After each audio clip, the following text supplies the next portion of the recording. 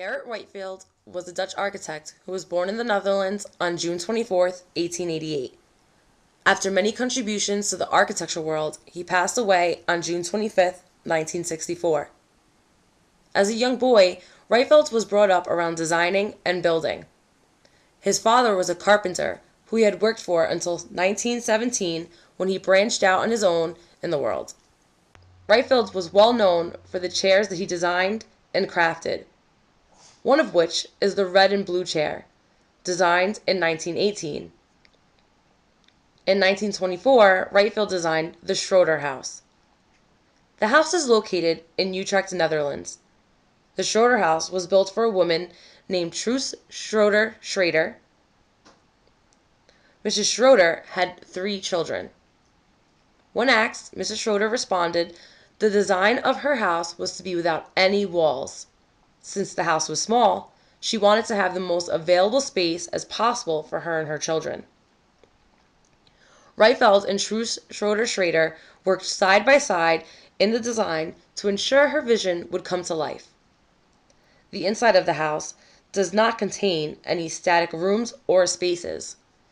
Each room and space in the house is made by a sliding partition wall, allowing changeable zones. When all of the walls were pulled out and placed in their spots, the house contained 3 bedrooms, a living space, and a bathroom. Along with the walls being movable, the house included other characteristics, such as the kitchen table folding up into the wall to allow more space when it is not being used. The Schroder House is a very important part of architecture. Rietveld helped to show people that spaces can be formed in many different ways using only a small amount of static objects. The Schroder House is a prime example of how ordinary household objects can be hidden or stowed away within the architecture to allow for open floor plans. Adolf Loos was born in Brno, Moravia, which is now known as the Czech Republic, on December 10, 1870. As a young boy, Loos, just like Rietveld, spent a lot of time working with his father in the masonry shop. When he was 17 years old, he left working with his father to go to school. Yet after only a short amount of time in school, Loos was drafted into the Austrian army for 1 year. When Loos's contract with the army was complete, he returned to study architecture. After spending 3 years in America, Loos returned to Vienna to establish himself. Adolf Loos is most famous for the Moller House, which he designed in 1927.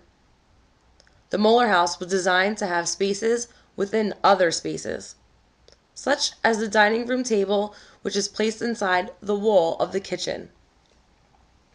The Moller House allows people to view different areas while standing in another. For example, when a person is standing in the living room, they are able to look up and see directly into the dining room. In addition to the well thought out arrangement of interrelated spaces, the outside of the Moller House is designed to have the least amount of openings, but still allow light in.